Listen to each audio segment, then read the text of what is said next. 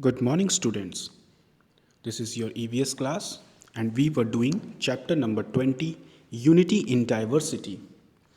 So, children, we have completed the first page, second page, that is national flags, rules to follow, national anthem. Now, we are on the next page, that is national emblem. Now, what is national emblem? You can see the picture of national emblem on the right side of the paragraph, that it is a picture of four lions standing all together. Okay, actually you can see in front only three lions, but one lion is at the back side. So, what is national emblem? When you look at a rupee, what do you notice? The symbol with lions. Well, this is our national emblem. We find it on all currency notes, coins, and papers of the government. It is the official seal of the government. It was taken from the Sarnath lion capital erected by Ashoka. तो बच्चों, ये national emblem क्या है? ये एक symbol है हमारे country का. ये सिंबल भी आपको कहाँ कहाँ मिलेगा? ये हमारी करेंसी नोट्स पे आपने देखा होगा, सारी नोट्स पे ये नेशनल एम्बलम आपको मिलेगा. आपके गवर्नमेंट पेपर्स जो होते हैं, ठीक है, नोटरी, या जब आप हाई कोर्ट्स या सुप्रीम कोर्ट्स या डिस्ट्रिक्ट कोर्ट्स या किसी भी जगह पे आप जाते हो, तो वहाँ पे नोटरी पेपर्स होते हैं. जो वो पेपर्स पे कुछ नोट्स बने होते हैं, उस नोट्स करेंसी नोट्स बने होते हैं, like 10 rupees, 20 rupees, 50 rupees, 100 rupees, 500 rupees. तो वो जो पेपर्स होते हैं उस पे जो ये नोट्स बने होते हैं, उस पेपर वो लीगल पेपर्स हो जाते हैं, और वो किसी ना किसी लीगल डॉक्यूमेंट को एज अ प्रूफ काम आते हैं. मतलब कि अगर मैंने आपको कोई बात बोली, तो मेरे बोलने से कोई प्रूफ नहीं बनता है. जैसे मैंने बोला मैं आपको 10,000 रुपीज़ दूंगा, तो मैंने बोल दिया, इसका कोई प्रूफ है? कल को मैं कह दूंगा मैंने नहीं बोला. लेकिन अगर मैंने उस पेपर पे लिख दिया, वो लीगल पेपर्स होते हैं, नोटरी पेपर्स. अगर मैंने उस पेपर पे लिख दिया कि मैं आपको कल 10,000 रुपीज़ दूंगा, और साइन कर दिया, और वो पेपर उस आदमी को दे दिए जिसको देना है, तो वो आदमी मेरे को लाइबल बना सकता है, यानी मेरे को ज़िम्मेदार बना सकता है कि मुझे वो अब 10,000 रुपये उसको देने ही पड़ेंगे. ठीक है, तो वो इम्पॉर्टेंस होती है इस पेपर्स की. और उस पेपर्स पे किसका सिंबल होता है? नेशनल एम्बलम, यही सिंबल होता है. We find it on all currency notes, coins and papers. हमें कॉइन्स पे भी यही नेशनल एम्बलम देखने को मिलता है, करेंसी नोट्स पे भी, और गवर्नमेंट पेपर्स पे भी. गवर्नमेंट पेपर्स मैंने अभी आपको बता दिया कि क्या होते हैं. It is the official seal of the government. अच्छा, अब सील क्या होती है? जब आपने देखा होगा, सील का मतलब जैसे कि कहीं कहीं आपने देखा होगा मुहर लगती है, हिंदी में मुहर कहते हैं.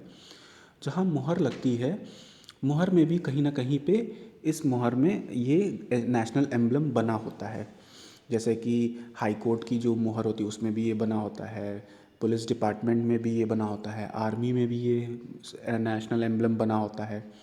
ठीक है, तो ये जितने भी गवर्नमेंट के डिपार्टमेंट्स हैं, हर गवर्नमेंट के डिपार्टमेंट में ये नेशनल सिंबल, यानी ये नेशनल एम्बलम ज़रूर बना होगा. ये रिप्रेजेंट करता है कि ये इंडिया की गवर्नमेंट है ये. ठीक है, गवर्निंग बॉडी है ये. नाउ ये जो एम्बलम लिया गया था वो कहाँ से लिया गया था? It was taken from the Sarnath lion capital. Sarnath एक जगह है जो कि अशोका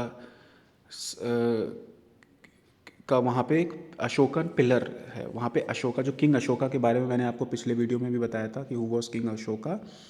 तो उन्होंने ये पिलर बनवाया था, और उस पिलर के ऊपर ये एकदम एग्जैक्ट ऐसा ही 4 लायंस स्टैंडिंग पोजीशन में थे. ये 4 लायंस को स्टैंडिंग पोजीशन में पिलर के ऊपर बनवाया था. तो वो जो लायंस का जो स्टैंडिंग पोजीशन है पिलर के ऊपर, उसी पिलर से ये नेशनल एम्बलम लिया गया है. ठीक है, it was adopted as the national emblem of India on 26 January 1950, the day India became a republic. ठीक है, so India became republic on 26 January 1950. So at that day this national emblem was also adopted. ठीक है,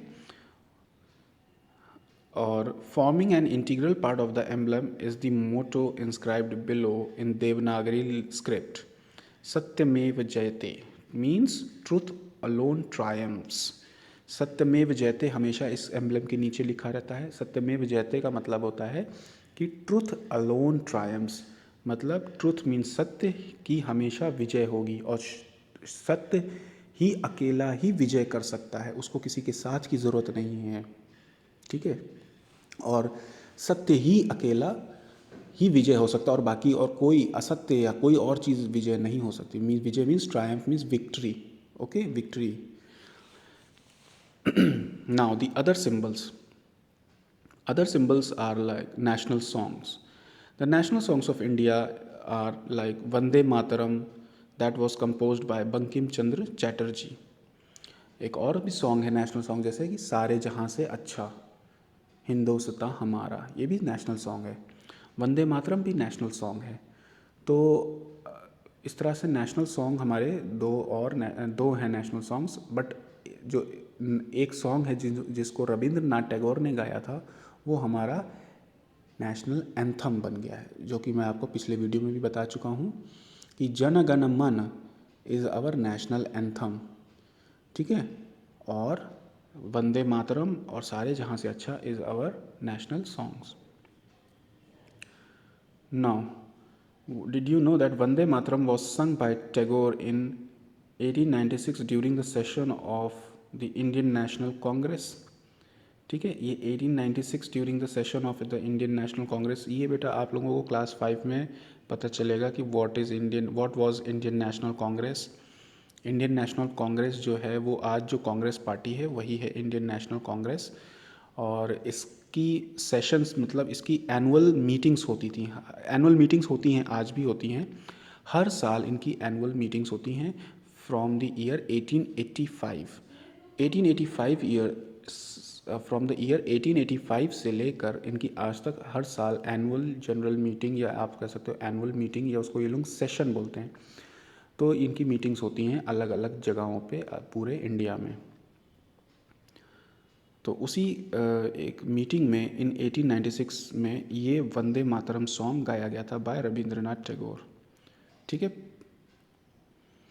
Now other national symbols are like national flower of India is Indian lotus, national fruit is mango, national animal is tiger, national river is Ganga, national tree is banyan tree, national bird is peacock, national currency is Indian rupee.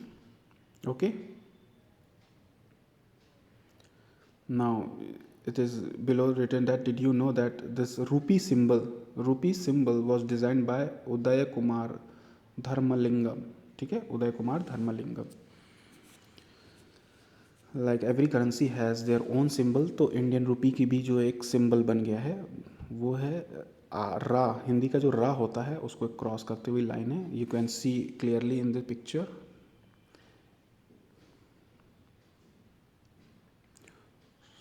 So children, if you want to ask any questions related to these topics, you can ask me on the WhatsApp group. Thank you children.